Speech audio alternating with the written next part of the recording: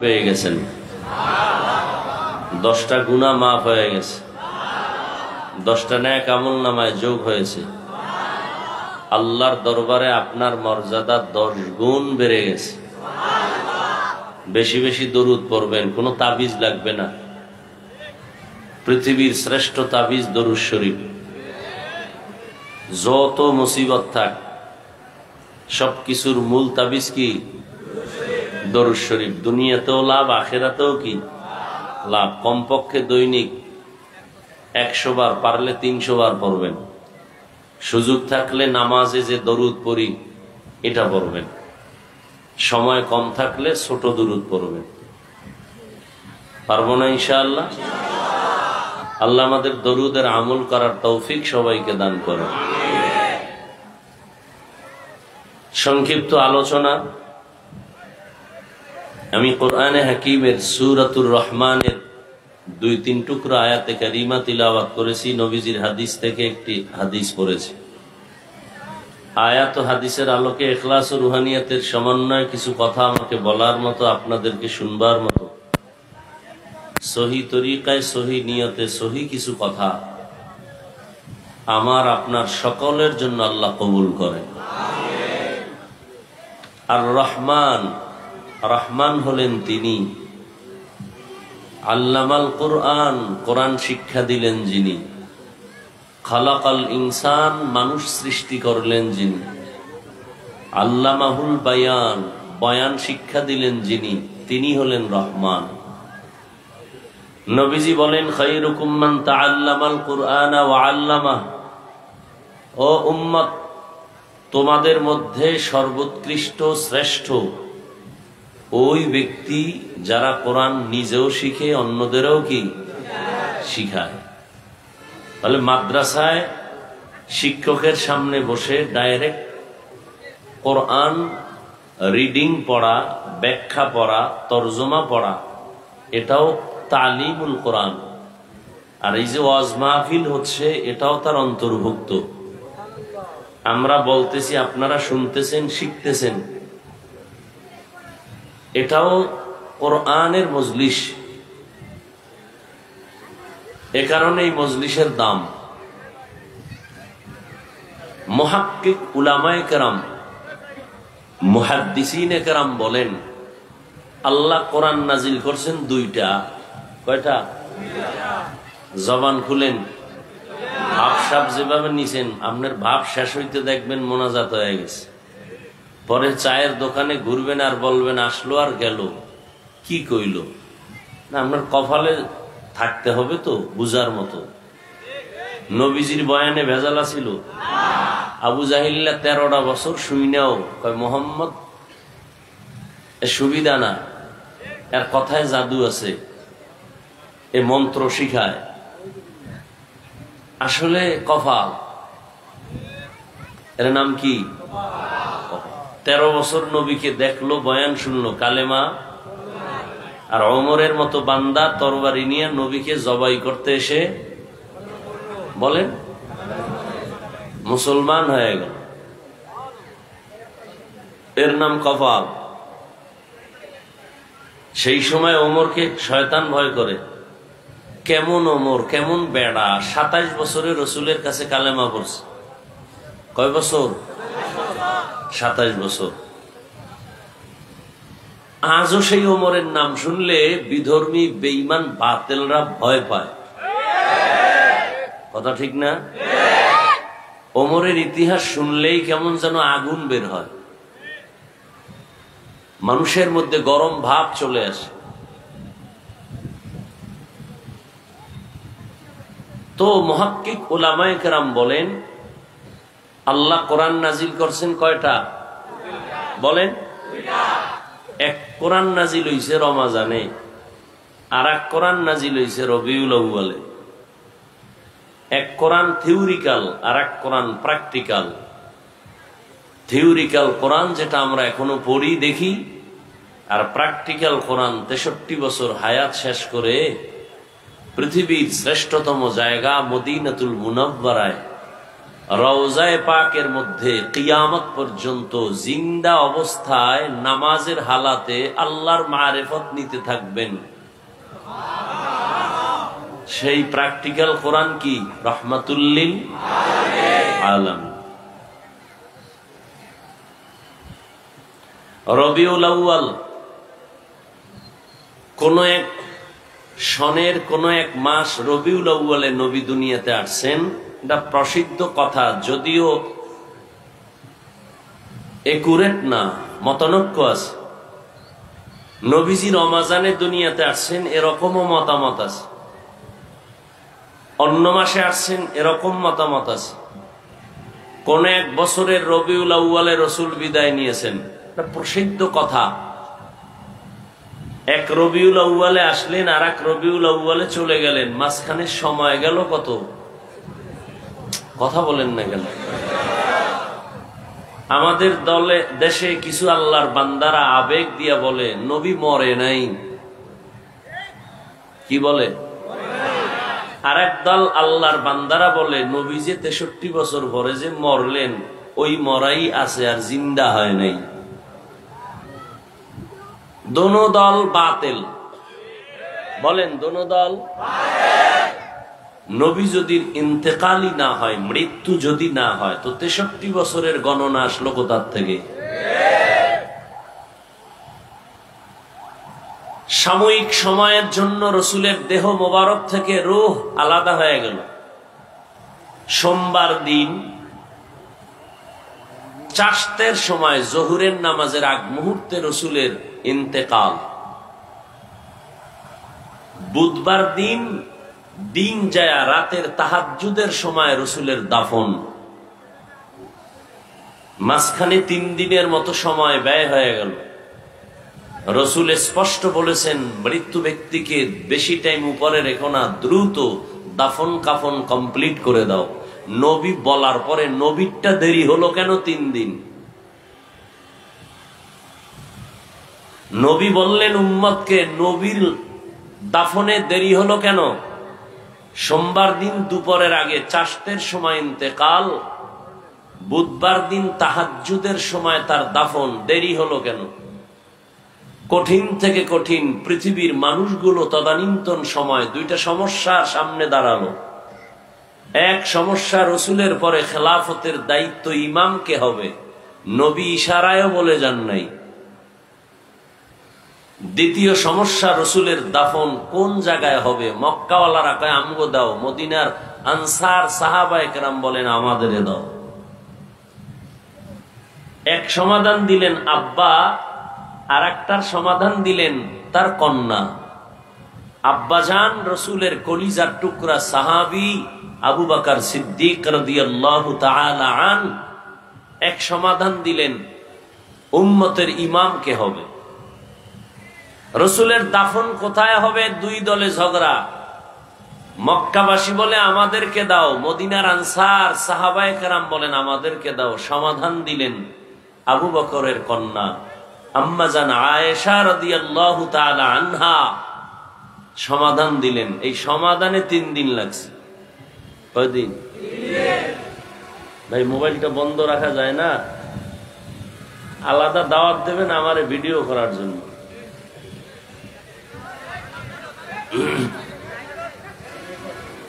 ওয়াজ মাহফিল বাড়ছে কিন্তু ফলাফল 0। আফসোসও নাই, এজন্য কোনো আফসোসও নাই।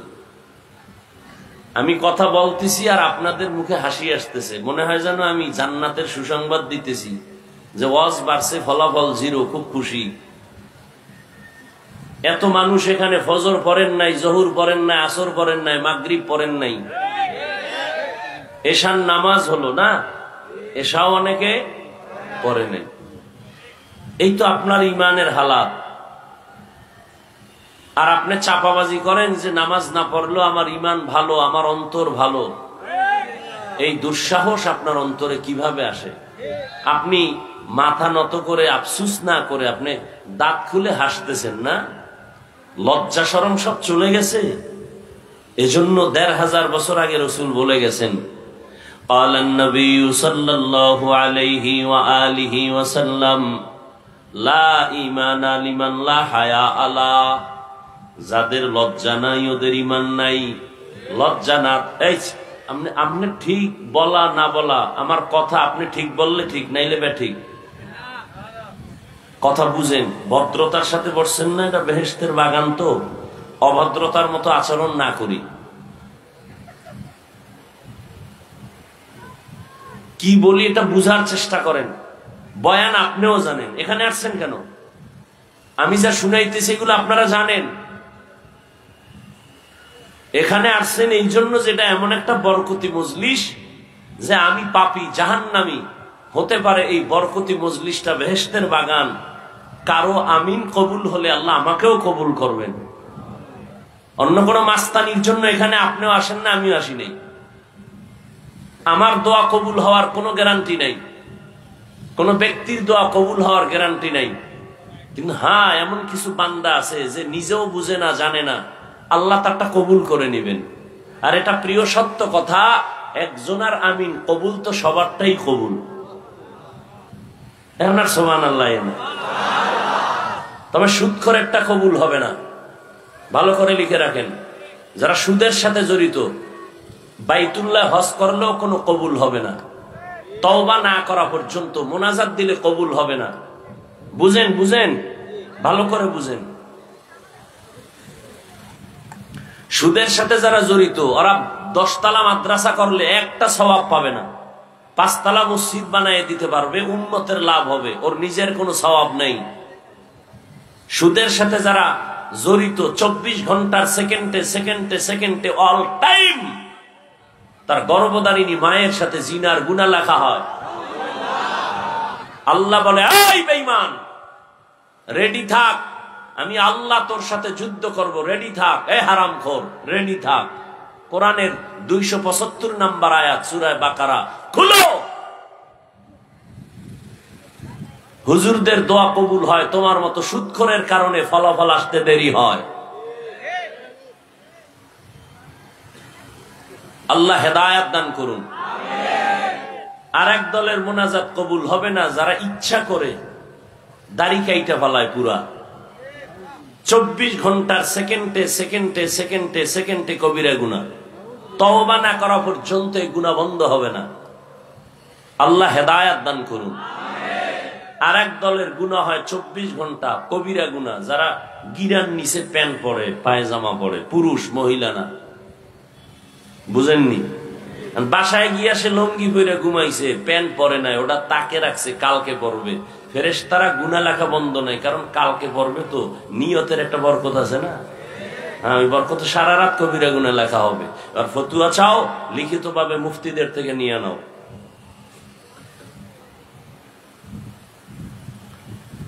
বলার দায়িত্ব আমার, মানবেন কিনা আপনার। অনুমতি লাগবে সুদখোরের, কথা হয় না। বয়ান করব আমি কোরআন হাদিস দিয়া, অনুমতি লাগবে বেনামাজির, অনুমতি লাগবে কোন মাস্তানের। জীবনে অনুমতি নিবেন না, একবারে কিয়ামত পর্যন্ত অনুমতি আল্লাহ দিয়ে দিছেন। সুবহানাল্লাহ না? ওলামায়ে কেরাম কোরআন হাদিসের বয়ান করবেন, কারো কোনো অনুমতির দরকার নাই। ভুলেও অনুমতির জন্য কোথাও যাবেন না, কোথাও যাবেন না, খবরদার। ওলামায়ে কেরাম কথা বলবেন কোরআন হাদিস দিয়ে, বাক স্বাধীনতা নিয়ে, স্বাধীনভাবে। কেউ আঙ্গুল তুলবে, তাকে চিরদিনের জন্য তওবা করায় দিবেন। আল্লাহ হেদায়েত দান করুন। ডাউলের পানি খাইছি আমি, রুটি খাইয়া কষ্ট করে কষ্ট করে কষ্ট করে আলেম হইলাম। কেমনে বয়ান করবো? শিখতে হবে সুদখোর থেকে, ঘুষখোর থেকে। তো সুদখোর ঘুষখোর নেতা খাতারা কেন বলে, হুজুর এমনে বয়ান করেন, এমনে কইরেন না। আল্লাহ হেদায়েত দান করুন। হ্যাঁ, এর কারণ কি জানেন? শিয়ালের হাতে মুরগি আমানত দিলে যা হয়, কি হয়? শিয়ালের হাতে মুরগি দিয়া যদি বলেন 3 দিন পরে ফেরত নিব, পাওয়া যাবে আমানত? শিয়ালের হাতে মুরগি আমানত দিলে যা হয়, একটা বেনামাজি সুদখোর বেনামাজি সুদখোর সমাজের চরম চরিত্রহীনের কাছে ধর্মের চাবি দিলে তাই হয়।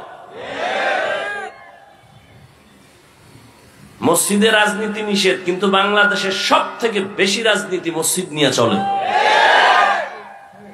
কথা ঠিক না? কেন? অযোগ্যকে যোগ্যতার জায়গায় নেওয়ার এই ফলাফল।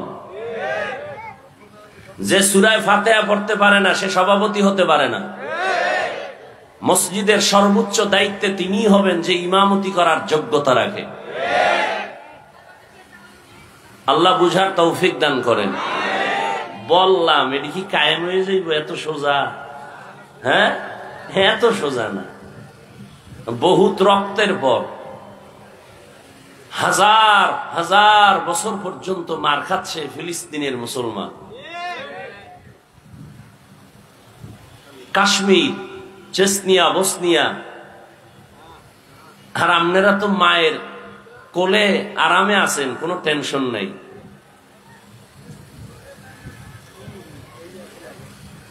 আছে কোনো টেনশন?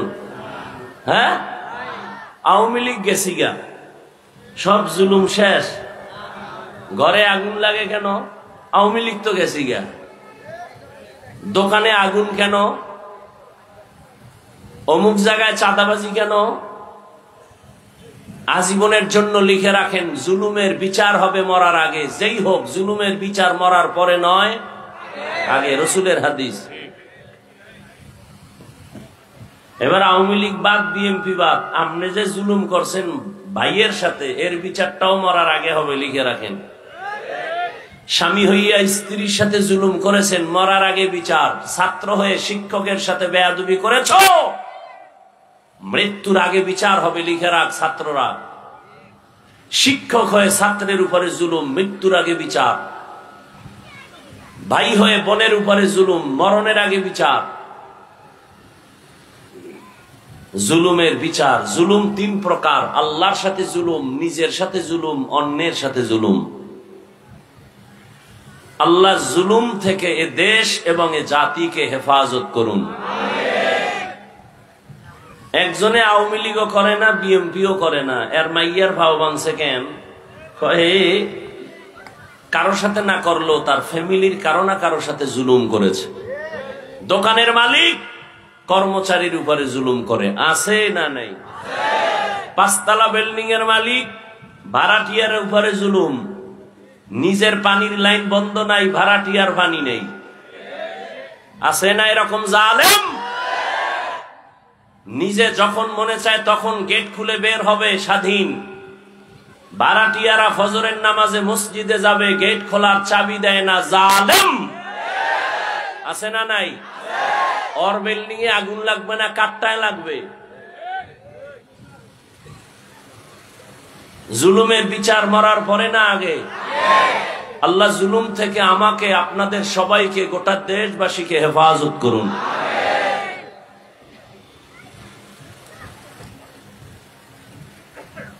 নবীজি বলেন সব থেকে দামি ওই মানুষ, ওই ব্যক্তি যে কোরআন শিখে অন্যকে শিখায়। এই দামি একটা মজলিস আল্লাহ দয়া করে নিয়ে আসছেন, কেউ গায়ের জোরে আসতে পারি নাই। অনেকে আসতে চেয়েছিল, আসতে পারে নাই। আবার কেউ আসিয়াও এই বেহেশতের প্যান্ডেলে ঢুকতে পারে নাই, কপাল খারাপ। কোথায় তারা? দোকানে বসে বসে আড্ডা দেয়, গল্প করে, কবিরা গুনাহ করে।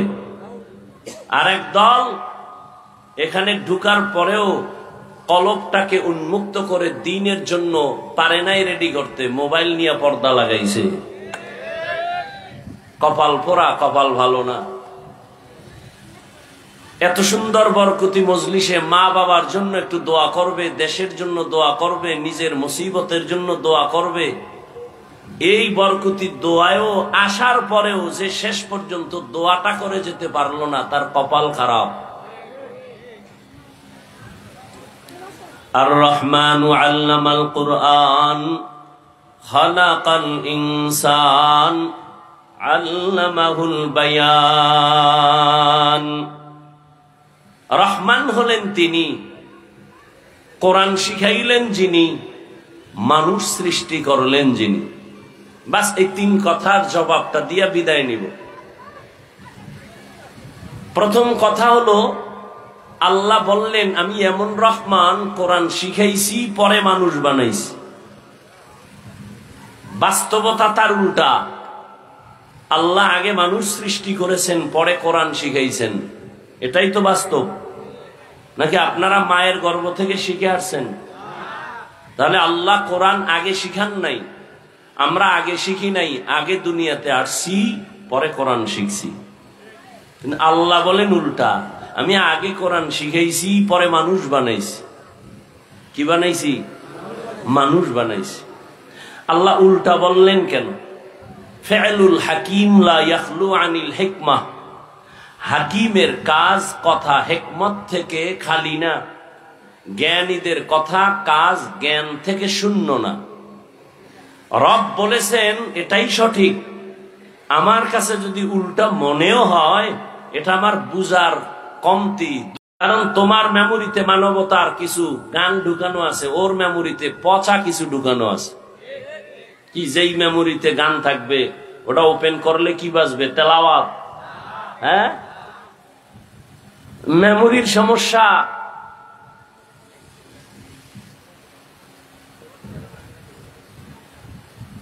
মানুষ কুত্তা মারলে কষ্ট পায়, মানুষ মারতে কষ্ট পায় না।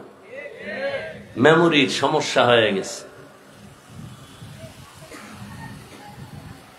বর্তমান দুনিয়াতে কিছু উল্টাপাল্টা যা হচ্ছে এগুলোর দৃষ্টান্ত দেখতে ভারত যাওয়া লাগবে না, আমেরিকা যেতে হবে না, আমার সোনার বাংলাই যথেষ্ট। আপন বাবা তার আপন মেয়েটাকে হোটেলের মধ্যে ঢুকায় বলে আজকে রাতের জন্য তুমি আমার স্ত্রীর মতো। সোনার বাংলার ইতিহাস। মা তার বাচ্চাটাকে জবাই করে আর একজনের ভালোবাসা পাওয়ার জন্য, বাংলার ইতিহাস। স্ত্রী স্বামীকে হত্যা করে, স্বামী স্ত্রীকে হত্যা করে, বাংলার ইতিহাস। শান্তি আসবে কিভাবে? আমরা খাইয়া না খাইয়া আপনাদের পাও ধরে বয়ান করি, আমরা 5 জন আর আপনারা হাজার হাজার মানুষ বয়ে বয়ে আমগো তামাশা দেখেন আর বাজে কথা বলেন আর গাঞ্জা খান। তো কেমনে হবে? মুসা নবীর কাছে কওমের লোকেরা বলে বৃষ্টি নাই, দোয়া করেন। মুসা নবী দোয়া শুরু করছে, কোন বৃষ্টির আভাও আসে না। ও আল্লাহ, তুমি নবীর দোয়া তো ফেরত দাও না। কয় অবশ্যই। ওহী নাজিল করে বললেন তোমার কথা ঠিক আছে, কিন্তু তুমি যাদের নিয়ে হাত তুলছো এই জনগণের মধ্যে কিছু জিনাকার আছে, 40 বছর লাগাতার জিনা করেছে, ওকে যদি প্যান্ডেল থেকে উঠায় না দাও দোয়া কবুল হবে না। মুসা নবী খুব রাগান্বিত, ধমক দিয়া বললেন এই জিনাকার, প্যান্ডেল থেকে উঠ, না হয় আল্লাহর থেকে নাম ঠিকানা চেহারার ধরন ধইরা কান ধরে উঠায় দেব, তাড়াতাড়ি ও। তোর কারণে এলাকার মানুষ কষ্ট পায়, বৃষ্টি হয় না, মোনাজাত কবুল হয় না, তুই এত বড় খারাপ পাপিষ্ট। ও জিনাকার তো প্যান্ডেলে আছে, আল্লাহ ওহী দিয়ে দিছেন। জিনাকারের কলিজায় কম্পন শুরু হয়ে গেছে, যদি উঠি তাহলে সবাই জানবে আমি জিনাকার। যদি একা একা গোপনে চুপ করে মাথা নত করে কাঁদি, আশেপাশের দি বলবে এটা জিনাকার। না উঠতে পারি না কাঁদতে পারি, এবার কলবটাকে আল্লাহ দিয়ে ফিরাই দিস, দিয়া কয় আল্লাহ 40 বছর গুনাহ করছি, তুমি জানো, আমার মা বাপ কেউ জানে না। তুমি এতদিন পর্দা দিয়ে আমারে ঢাইকা রাখছো, আজকে ওপেন করবা না? আমি ওয়াদা জীবনে আর করব না, মাফ করে দাও। সাথে সাথে মেঘ ছেয়ে গেল, বৃষ্টি শুরু হয়ে গেল। মুসা নবীকে আল্লাহ জিনাকার তো উঠলো না, তুমি কি ওয়াদা খেলাফ করলা? বললা দিবা না, আবার দিলা কেন? জিনাকার তো উঠে নাই। আল্লাহ বলেন যার কারণে বলছি দিব না তার কারণেই বৃষ্টি দিয়েছি। বলে কারণ? কয় কারণ বুঝো না, আমি আল্লাহর এক নাম রহমান, তুমি জানো না আমি আল্লাহর এক নাম গফফার। আর রহমান, রহমান হলেন তিনি আল্লামাল কোরআন, কোরআন শিখাইলেন যিনি, খালাকাল ইনসান, মানুষ সৃষ্টি করলেন যিনি, তিনি হলেন রহমান। মানুষ বানাইলেন, বাস্তবে আগে আল্লাহ মানুষ বানাইছেন, পরে আল্লাহ কোরআন শিক্ষার ব্যবস্থা করেছেন। কিন্তু বলতে গিয়ে আল্লাহ বলেন, আমি মানুষ আগে বানাই নাই, আমি আগে কোরআন শিক্ষা দান করেছি। আল্লাহ উল্টা বলার কারণ মুফাসসিরিনে কেরাম বলেন, এখানে মানুষ বলতে কোন দল এটা বুঝতে হবে। মানুষের জমিনে 3 প্রকার মানুষ আছে। কয় প্রকার? একদল মানুষ বংশগত মানুষ, আর একদল মানুষ হলো জন্মগত মানুষ, আর একদল মানুষ হলো গুণগত মানুষ। বংশগত মানুষ, যার বংশে জন্ম হয়, ওই বংশগত বাপ, বংশগত পিতা, তার সন্তান হলো বংশগত সন্তান। আমাদের বংশের পিতা আদম আলাইহিস সালাতু ওয়াস সালাম, তার বংশে আমরা আসছি, এই হিসাবে আমরা মানুষ। হিন্দুরাও মানুষ, বৌদ্ধরাও মানুষ, ইহুদিরাও মানুষ, খ্রিস্টানেরাও মানুষ। কারণ ধর্মের লাইনে কেউ হিন্দু, কেউ বৌদ্ধ, কেউ ইহুদি, কেউ খ্রিস্টান, কিন্তু বাবা একজন আদম। কি বাবা একজন না? এক বাবার সন্তান, এক মায়ের সন্তান। বংশগত মানুষ আল্লাহর কাছে সফলতা অর্জন করতে পারবে না। মানুষের বংশে জন্ম হলেই তার মুক্তি হবে না। যদি হয় তাহলে হিন্দুরাও মুক্তি পাবে, ইহুদিও পাবে। কয় না না, বাবার 5 সন্তান, ওই সন্তান বাবার দোয়া পায়। যেই সন্তান বাবার কথা মতো চলে, ঠিক না?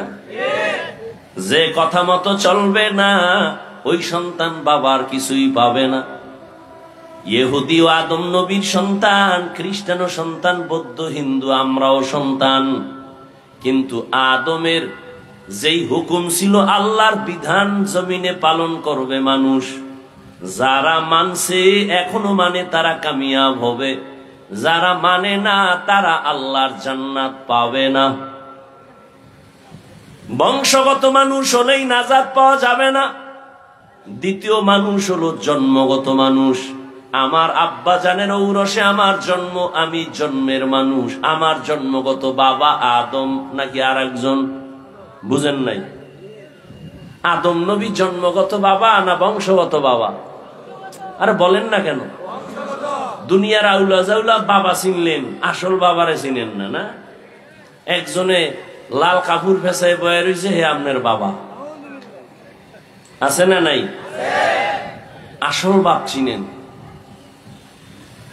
আসল বাবা বংশগত একজন আদম। তিনি মানুষের বংশের প্রথম। আদম আলাইহিস সালাম জন্মগত বাবা। আপনার বাবা যিনি, তিনি জন্মগত পিতা, আপনি তার জন্মগত সন্তান। আল্লাহর কাছে জন্মের পরিচয়, নাজাতের কোন রাস্তা খোলা নাই। আর একদল মানুষ হলো গুণের মানুষ, গুণগত মানুষ। বংশগত মানুষের দাম নাই, জন্মগত মানুষের মূল্য নাই। একমাত্র গুণগত মানুষের দাম আল্লাহর কাছে। কোন মানুষের দাম? এবার বুঝেন গুণের মানুষ কাকে বলে, ভালো করে বুঝার চেষ্টা করেন। যে কোনো জিনিস, যে কোনো বস্তু যেই কাজের জন্য সৃষ্টি করে বানায়, ওই কাজটা হলো ওই বস্তুটার মূল গুণ। মাইকওয়ালা মাইক বানাইছে কেন? আওয়াজ দেওয়ার জন্য নাকি না দেওয়ার জন্য? আওয়াজ দেওয়া মাইকের মূল কাজ, এটাই মাইকের বড় গুণ। ঘড়িওয়ালা ঘড়ি বানাইছে টাইম ঠিক মতো দেওয়ার জন্য, টাইম ঠিক মতো দেওয়া ঘড়ির গুণ। পাখা বানাইছে বাতাস দেওয়ার জন্য, বাতাস দেওয়া হলো পাখার গুণ। কথা ঠিক না? মাইক যদি আওয়াজ না দেয়, বলবে এটাকে লাথি মেরে ফেলে দাও, এটা গুণের মাইক না। বাতি বানাইছে আলো দেওয়ার জন্য, যদি আলো না দেয় ভেঙ্গে ফেলো, এটা গুণের বাতি না। ঠিক নি? পাখা বানাইছে বাতাস দেওয়ার জন্য, যদি বাতাস ঠিক মতো না দেয় ভেঙ্গে ফেল, এটা গুণের পাখা না। তাহলে যেই বস্তুটা যেই কাজের জন্য বানানো হয় ওই কাজটা হলো ওই বস্তুর গুণ। মাইকের গুণ আওয়াজ দেওয়া, বাতির গুণ আলো দেওয়া, পাখার গুণ বাতাস দেওয়া, ঠিক নি? হ্যাঁ, এবার বুঝো মানুষ বানাইছেন কোন কাজের জন্য। মানুষ যেই কাজের জন্য বানাইছেন ওই কাজ হলো মানুষের আসল গুণ। আল্লাহ কোরআনের এক আয়াতে বলেন, মা খালাকতুল জিন্না ওয়াল ইনসা ইল্লা লিয়াবুদুন।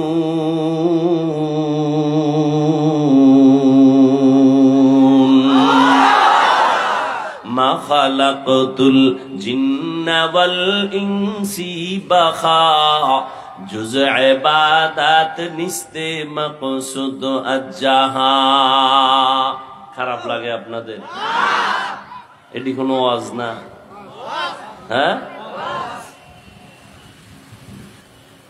দেখতে নারী চলন বাঁকা, নিজে নামাজ পড়ে না, দোষ নাই। ইমাম সাহেবের ভাগরি নেই কেন, এটা বড় দোষ। সব দোষ হুজুরদের।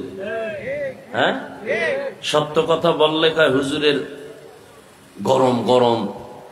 হুজুর কি হালকা ঠান্ডা বয়ান করলে বলে ইমান দুর্বল, ঠিক নি? মানে সব জায়গায় হুজুর গো দোষ, কিন্তু সব জায়গায় অবদান হুজুরদের বেশি।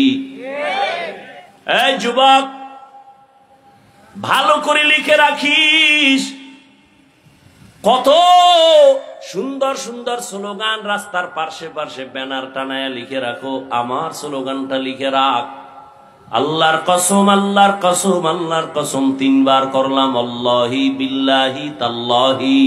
দুনিয়াতে যত আপন বন্ধু পাইছো সব স্বার্থপর, একমাত্র তোদের কলিজার আপন বন্ধু নিঃস্বার্থ উলামায়ে আহলে হক। ওলামায়ে কেরামের কত গালি দাও শুনি, কি পরিমাণ লেখালেখি করো আমাদের বিরুদ্ধে তাও আমরা জানি। এরপরও কোন আলেম কোন ইমাম কারো জন্য বরদোয়া করে না, মোনাজাতে করে? সরকারের টাকা খাইয়া চাকরি করো, ডান হাতে মাস শেষ বেতন নাও 20,000, টেবিলের তলে নাও আবার 30,000। হ্যাঁ, কত হইল? আর গরিবেরটা কলমের খোঁচায় মেরে খাও, আরো কত কিছু করো, জুলুম করে খাও। এরপরও সরকারের পছন্দ করো না, সরকারের টাকায় পেট পইরা সংসার বাঁচাই এখন পাও, সরকারের আবার লাল বাতি দেখাও। আর একজন আলেম, মসজিদের ইমাম, খতিব, বেতন মাত্র 10,000, গ্রামে গেলে আরো কম, শহরে একটু বেশি, তাও আবার 3, 4, 6 মাস বাকি, ঠিক নি? এই ইমামের বেতন দেয় কত, তাও একজনে দেয় না, সভাপতি দেয় মাসে 50 টাকা, ঠিক নি? সেক্রেটারি দেয় 30, রিক্সার ড্রাইভার দেয় 5 টাকা, তারও ধমক আছে। ইমাম সাহেব একক তো না থাকলে কয়েক গেছিলেন কই? মনে হয় জানো ইমামের মসজিদের দেওয়াল একটা জেলখানায় আটকায় রাখছে, কোথাও গেলে কোনো স্বাধীনতা নাই, জবাব দিতে দিতে তার নামাজের সূরা উল্টায় যায়। এত অত্যাচার, এত জুলুম। ইমাম সাহেব 2 দিনের জন্য তার আপন ঘরে যাবেন, কোথাও যাবেন, স্বাধীনভাবে একটু কাজ করবেন, দেখা করবেন, বেড়াইবার জন্য যাবেন, কি পরিমাণ দরখাস্ত আর দৌড়াদৌড়ি। এরপরও বেতন কম। কোন ইমাম জুমার নামাজে দাঁড়ায় বলে নাই, আগামী মাস থেকে যদি স্কেল না বাড়াও আসর থেকে সূরাটা উল্টা দিকে হবে, বলছে? বরং মোনাজাতে দোয়া করে, আল্লাহ ব্যবসায়ীদের ব্যবসায় বরকত দাও, চাকরিজীবীর চাকরিতে বরকত দাও, অসুস্থ রোগীদের সুস্থ বানাও, কবরওয়ালাদের জান্নাত দিয়া দাও। আয় আল্লাহ সবার জীবন শান্ত করে দাও, বিদেশে যারা আছে তুমি বরকত দাও, হেফাজত করো, ঠিক নি? কোন স্বার্থ আছে? অতএব আমি বলে গেলাম, মানো আর না মানো, কারণ মেমোরি ডিস্টার্ব আছে। তোমার মেমোরি ডিস্টার্ব, মানো আর না মানো, এটা সত্য কথা। এই দুনিয়ায় উলামায়ে আহলে হক ছাড়া উম্মতের আপন বন্ধু কেউ নাই। উদাহরণ নেও রে বাবা, মহামারী করোনার দিকে খবর নিয়েছো? মহামারী করোনা, স্কুল বন্ধ, কলেজ বন্ধ, চাকরি বন্ধ, ব্যবসা বন্ধ, ফ্যাক্টরি বন্ধ, ট্রেন বন্ধ, গাড়ি বন্ধ, সব বন্ধ। কোন সময়? করোনার সময়। কিন্তু নজর করে দেখছনি মুসলমান, এ জমিনে আল্লাহর কোরআনের একটা মাদ্রাসাও বন্ধ হয় নাই। কত চাকরিজীবী চাকরি ছেড়ে দিল, ব্যবসায়ী ব্যবসা ছেড়ে দিল, কোনজন হুজুর চাকরি ছেড়ে দিছে না খায়া মারা গেছে। তুমি ট্রিপল মাস্ক লাগাইয়া হেফাজতে আসো, আবার মেডিসিন দিয়া বারবার হাত ধো। আমারও একজনে কয় হুজুর ধুইবেননি। হাত ধোয়ার বয়ান তো মদিনার নবী করছেন, খানার আগে হাত ধো, খানার পরে হাত ধুইও। তুমি 13 বার ধুইলেও লাভ হবে না, আমরা একবার ধুইলেও সওয়াব হবে, কারণ আমরা রসুলের আদর্শ মতো হাত ধুই। এরে নবীরা আশেক, ওই মহামারী করোনায়, বাবায় করোনায় মরে গেল, সন্তানরা এলাকার গরিবদের টাকা দিয়ে কয় লাশটা টেনে ধরে রাস্তায় ফেলে দে। রাস্তায় বাবার লাশ পালায়, জানালা দরওয়াজা আটকায় দিল। একবার ওই কুলাঙ্গার সন্তান নজর করে তাকায় নাই বাবার লাশটা কুত্তায় খাইলো নাকি জানাজা হলো। ইতিহাস ভুলে যাস না রে যুবক। রহমতের নবী ১৫০০ বছর আগে গর্ব করেছেন, বুড়ারা আমি মুহাম্মদের বিরোধিতা করেছে, যুবকেরা আমি মুহাম্মদের উপকার করেছে। ও যুবক, তুমি কি উপকার করছো মদিনার? দাড়ি রাখতে পারো নাই। যদি তুমি একজন দাড়িওয়ালাকে সাহস দিতি, এ যুবক আমি দাড়ি রাখতে পারি না, দরকার নবীর আদর্শ মতো, কিন্তু পারি না, দোয়া করিস, তুই রাখছো আলহামদুলিল্লাহ। কিন্তু কপালটা যদি তোর এমন হয়, নিজেও দাড়ি রাখো না, একজন যুবক বয়ান শুনে দাড়ি রাখার পরে কয় বিয়ে করছনি, কয় না এত তাড়াতাড়ি বুজুর্গ হয়ে গেলি। এরকম কপাল ভরা আছে না নাই? জীবনে ওয়াজ তো কম শুনছো না, কম জানো না। একটা ওয়াজ আজকে থেকে ওয়াদা করে নিয়ে, এক ওয়াজ জীবনে পারলে কারো নেক আমল করব, উপকার করব, না পারলে চুপ থাকবো, কখনো কারো ক্ষতি করব না। পারলে কারো প্রশংসা করব, না পারলে জবান আর আঙ্গুল ফেসবুক থেকে গুটায় রাখবো, কারো বদনাম ছড়াবো না। আর ওয়াজ লাগবে না, জান্নাত পেয়ে যাবি যদি ওয়াজটা মানতে পারো যে নেক আমল পারি আর না পারি, গুনাহ করব না, কারো উপকার করতে পারি আলহামদুলিল্লাহ, না পারলে কারো ক্ষতি, কারো প্রশংসা পারলে করব, না পারলে কারো বদনাম করব না। আর ওয়াজ লাগবে না। এরে আল্লাহর গোলাম, মহামারী করোনায় শত শত লাশ এ দেশের টুপিওয়ালা উলামায়ে কেরাম কাঁধের মধ্যে নিয়ে গোসল করায়া, কাফন পরায়া, জানাজা পড়ালেন, দাফন করলেন। সন্তানের বাবা মারা গেছে, করোনায় কাছে যায় না, আর উলামায়ে কেরাম এই লাশগুলো কাঁধে নিয়ে কবরে রাখছেন, জানাজা গোসল সব। একজন টুপিওয়ালা হুজুরেও করোনায় মরে নাই। এখনো অনেকে মাস্ক পরে মরার ভয়। কি আল্লাহ নিয়ে গেলে রাখতে পারবে? অনেকে বলে না অমুক দল ক্ষমতায় আসলে আমগো মরণ, তাহলে কি করবি? আর এক দল আসলে আমগো বাঁচন। বাঁচানের মালিক, মারার মালিক দল, নেতা নেত্রী কে? ওরে ভাই, তুমি অপরাধ করছো, তোমারটা দেখো, আর একদিকে আঙ্গুল বাঁকা না করে নিজের হিসাব মিলাও। সন্তানের উপরে কি জুলুম করেছো? স্বামী হইয়া স্ত্রীর সাথে কি জুলুম করেছো? বাবা মা হয়ে সন্তানের সাথে কেমন আচরণ? শিক্ষক হয়ে ছাত্রের সাথে কেমন আচরণ? ভাই ভাইয়ের সাথে কেমন আচরণ? সঠিকভাবে চলবা। রসুল আমার চ্যালেঞ্জ দিয়ে গেছেন, কোরআন আর সুন্নাত অনুযায়ী যদি জীবন চালাও, ঈমানও যাবে না, সম্মানও যাবে না। তুমগো টেনশন, আমগো হুজুরগো কোনো টেনশন আছে? তুমগো চেয়ারের মেয়াদ শেষ, আমগো হুজুরগো চেয়ারের মেয়াদ শেষ কি? কোনো মেয়াদই নেই। শেষ কি আবার? কোরআন আলাদের চেয়ারের কোনো মেয়াদ নাই। এরা দুনিয়ায় বাদশা, পরকালেও বাদশা। গুণের মানুষ কাকে বলে? আল্লাহ বলেন, আমি মানুষ আর জিন বানাইছি একমাত্র ইবাদতের জন্য। মাইকওয়ালা মাইক বানাইছে আওয়াজ দেওয়ার জন্য, আওয়াজ দেওয়া মাইকের গুণ। বাতিওয়ালা বাতি বানাইছে আলো দেওয়ার জন্য, আলো দেওয়া বাতির গুণ। আল্লাহ মানুষ বানাইছেন ইবাদতের জন্য, ইবাদত করা মানুষের গুণ। ইবাদত কি বিড়িটা না? হ্যাঁ, জীবনে যা করবা সব ইবাদত। ভালো করে বুঝো, সব ইবাদত। কান্না করবা ইবাদত, হাসবা তাও ইবাদত, খানা খাও ইবাদত, খানা খাইও না তাও ইবাদত।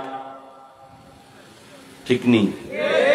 নামাজ পড়ো ইবাদত, নামাজ পড়বা না তাও ইবাদত। এই বয়ানটা বেনামাজিরা শুনলে কি খুশি যে এতদিন শুনছি নামাজ পড়া ইবাদত, আজকে নতুন শুনলাম নামাজ না পড়াও ইবাদত। কথা শেষ না আরো আছে? সব শুনো। নামাজ পড়া যেমন ইবাদত, না পড়াটাও ইবাদত। রোজা রাখা যেমন ইবাদত, রোজা না রাখাটাও ইবাদত। তবে দুইটা শর্ত আছে, দুই শর্ত ছাড়া কোনোটা ইবাদত হবে না। এক নাম্বার শর্ত রিজা বিল কাজা, দ্বিতীয় শর্ত হলো তরিকায়ে রাসূল। আমি যা করব, যা বলবো আমার আল্লাহর খুশির জন্য। আমি যা করব, যা বলবো সব হবে মদিনাওয়ালা নবীর আদর্শ অনুযায়ী। তুমি হাসি দাও, নবীর আদর্শে সওয়াব। নবীর তরিকায় কাঁদো, তাতে সওয়াব। নবীর তরিকায় নামাজ পড়ো, সওয়াব। ঈদের দিন রোজা রাখবা, সওয়াব। কেন বলে নবীর তরিকায় নাই? ঠিক নেই? মাগরিবের ফরজ নামাজ 3 রাকাত। একজনে 3 রাকাতের শেষে বয়ে বয়ে চিন্তা করে, আল্লাহরে আরো 2টা সেজদা বাড়াইয়া বেজোর না রাইখা জোর বানায় 4 রাকাত করি। হবে? কেন হবে না? সে তো নামাজই পড়ছে, আল্লাহকেই সেজদা দিছে, আর কাউকে দেয় নাই। তারপরও কেন হবে না? বলে একটা আছে আর একটা নাই। নবীজির তরিকা নাই। নবীর তরিকা নাই তো নামাজ ইবাদত হবে না। নবীর তরিকা বাদ দিয়া রোজা রাখবা, ইবাদত হবে না। আর নবীর তরিকা ঠিক রাইখা বিবাহ করবা ইবাদত, ব্যবসা করবা ইবাদত, ডাক্তার হও ইবাদত, ইঞ্জিনিয়ার হও ইবাদত। নবীর তরিকা মেনে তুমি কলেজে পড়ো ইবাদত, ভার্সিটিতে পড়ো ইবাদত। তুমি মানুষকে দুশ্মন মনে করো ইবাদত, আপন মনে করো ইবাদত। সব হবে আল্লাহর সন্তুষ্টির জন্য মদিনাওয়ালা নবীর তরিকায়। একজনে প্রশ্ন করবা, আমি স্কুলে পড়লেও কি ইবাদত, আমি ডাক্তারি পড়লেও কি ইবাদত? হ্যাঁ, তুমি যদি আমার নবীর তরিকা মতে পড়ো। বলে কেমন? কয় ক্লাস চলবে, নামাজের টাইমে নামাজও চলবে, মা বাবার সাথে বেয়াদবি হবে না, শিক্ষকের সাথে বেয়াদবি করবা না, 5 বেলার নামাজ ঠিক মতো আদায় করবা। ডাক্তার হওয়ার মহৎ উদ্দেশ্য হলো বেঈমানরা মুসলমানের চিরন্তন দুশ্মন। ওরা যদি চিৎকার দিয়া কয় আমাদের ভারতের ভিসা বন্ধ, চিকিৎসা বন্ধ, ঔষধ সরবরাহ করা বন্ধ, মুসলমান ডাক্তার দাঁড়াইয়া বেঈমানের মুখে থুতু নিক্ষেপ করে বলে দিবি, বেঈমানের বাচ্চারা, তোদের ঔষধ লাগবে না, তোদের ডাক্তার লাগবে না। ইনশাআল্লাহ আমাদের মুসলমানের জন্য আমরা মুসলমান ডাক্তারেরাই যথেষ্ট। এরকম মুসলমান ডাক্তার ডাক্তারি হইরা 5 বেলার নামাজ পড়ে আসেনি? ও যুবক, আমি তোমাকে টুপিওয়ালা বড় ভাগরিওয়ালা হুজুর বানাবার জন্য বয়ান করতে আসি নাই, বরং তুমি নবীর তরিকা মেনে চলো। তুমি আমার ভাই, তুমি আল্লাহর মোহাব্বত নিয়ে, নবীর মোহাব্বত নিয়ে চলো। ও আল্লাহর বান্দারা, তুমিও নবীর উম্মত, আমিও নবীর উম্মত। তোমাকে এত বয়ান করে বুঝাইতে হবে কেন? হিন্দুদের বুঝানোর দরকার, খ্রিস্টানদের বুঝানোর দরকার, ইহুদিকে বুঝাইয়া বয়ান করা দরকার। তুমি তো আল্লাহ মানো, নবী মানো, কোরআন মানো, হাদিস মানো, তোমার এত কষ্ট হবে কেন বুঝাইতে? দাড়ি রাখার জন্য তোমাকে বয়ান করা লাগবে কেন? পর্দা করার জন্য তোমাকে বয়ান দিতে হবে কেন? হালাল খানার জন্য তোমাকে বয়ান দিতে হবে কেন? এর একমাত্র কারণ তোমার অন্তরে আল্লাহর আযাবের ভয় নাই। আর আল্লাহর আযাবের ভয় আসবে না যতদিন পর্যন্ত একজন আল্লাহর খাঁটি বান্দার অনুসরণ না করবা, মুরব্বি না মানবা। যেই উম্মত তার নবীকে মুরব্বি মানে না, ওই উম্মত দুনিয়াও ধ্বংস, পরকালও ধ্বংস। যেই উম্মতেরা উলামায়ে কেরামকে মুরব্বি হিসাবে মানতে চায় না, ওরা দুনিয়াতেও বরবাদ, ওদের আখিরাতেও বরবাদ। এই যে যত বেয়াদবিমূলক কথা বলে, যত বেয়াদবিমূলক ফেসবুকে লেখে, সবগুলো খুঁজা দেখেন, এটির একটারও মুরব্বি নাই, সবগুলো বেয়াদব।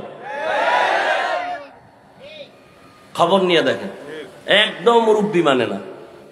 মুরব্বি যদি মানতো তো লাগাম টেনে ধরতো। রাস্তায় কুত্তা ঘুরে, একটারও দাম নাই। মালিকের শিকল যেই কুত্তার গলায় লাগানো, কুকুরের মূল্য আছে। কথা ঠিক না? আকাশে পাখি উড়তেছে, কোটি কোটি, কোনো দাম নাই। খাঁচায় আটকানো পাখির দাম। তুমি বেপরোয়া জীবন চালাও, তোমার কোনো মূল্য নাই। কিন্তু তুমি যদি মালিকের কালেমার রশি লাগায়া আল্লাহর প্রিয় বান্দাদের পরামর্শে চলো, তখন কথা বলার ব্যালেন্স ফিরে আসবে, কদম দেওয়ার ব্যালেন্স ফিরে আসবে। তুমি যদি উল্টা চলো, পেছন থেকে টেনে ধরবে হুজুর, মুরব্বি। খবরদার শিক্ষকের সাথে বেয়াদবি করবা না, খবরদার মা বাবার সাথে খারাপ আচরণ করবা না, খবরদার কোন মুরব্বির সাথে খারাপ আচরণ করবা না। ভাইরা আমার, এই আমি কি আসমান দিয়েছি নি?